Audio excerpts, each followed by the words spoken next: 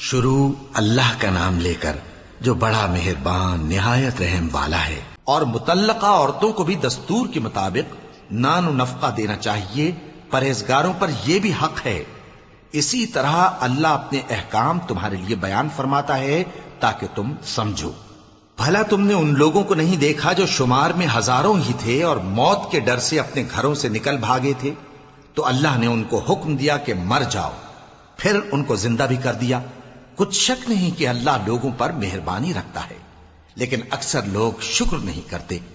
اور مسلمانوں، اللہ کی راہ میں جہاد کرو اور جان رکھو کہ اللہ سب کچھ سنتا ہے، سب کچھ جانتا ہے۔ کون ہے کہ اللہ کو قرض حسنہ دے کہ وہ اس کے بدلے اس کو کئی گنا زیادہ دے گا؟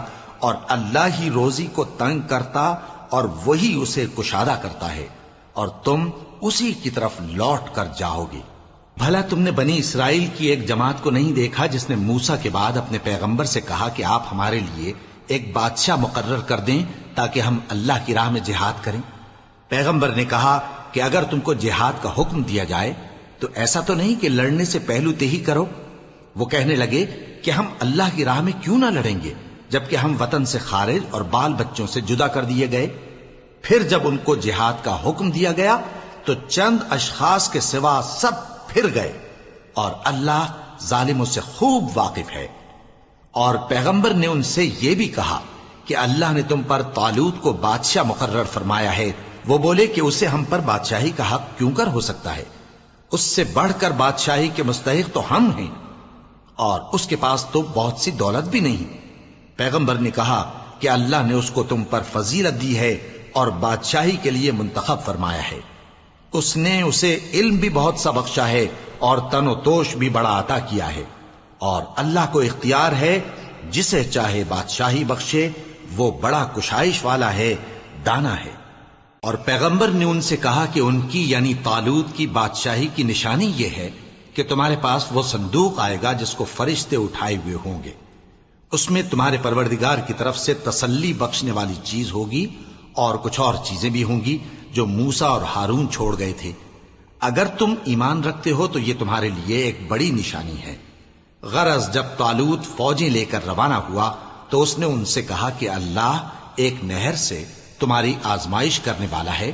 جو شخص اس میں سے پانی پی لے گا اس کی نسبت تصور کیا جائے گا کہ وہ میرا نہیں، اور جو نہ پیے گا وہ سمجھا جائے گا کہ میرا ہے۔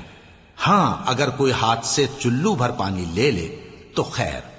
جب وہ لوگ نہر پر پہنچے تو چند آدمیوں کے سوا سب نے پانی پی لیا۔ پھر جب طالوت اور مومن لوگ جو اس کے ساتھ تھے نہر کے پار ہو گئے تو کہنے لگے کہ آج ہم میں جالوت اور اس کے لشکر سے مقابلہ کرنے کی طاقت نہیں۔ جو لوگ یقین رکھتے تھے کہ ان کو اللہ کے روبرو حاضر ہونا ہے، وہ کہنے لگے کہ بسا اوقات تھوڑی سی جماعت نے اللہ کے حکم سے بڑی جماعت پر فتح حاصل کی ہے، اور اللہ ثابت قدم رہنے والوں کے ساتھ ہے۔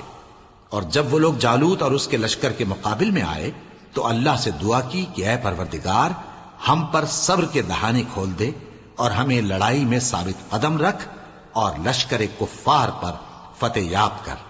تو طالوت کی فوج نے اللہ کے حکم سے ان کو شکست دے دی، اور داؤد نے جالوت کو قتل کر ڈالا، اور اللہ نے ان کو بادشاہی اور دانائی بخشی اور جو کچھ چاہا سکھایا۔ اور اگر اللہ لوگوں کو ایک دوسرے پر چڑھائی اور حملہ کرنے سے نہ ہٹاتا رہتا تو کرۂ ارض تباہ ہو جاتا، لیکن اللہ اہل عالم پر بڑا مہربان ہے۔ یہ اللہ کی آیتیں ہیں جو ہم تم کو سچائی کے ساتھ پڑھ کر سناتے ہیں، اور اے محمد صلی اللہ علیہ وآلہ وسلم، تم بلا شبہ پیغمبروں میں سے ہو۔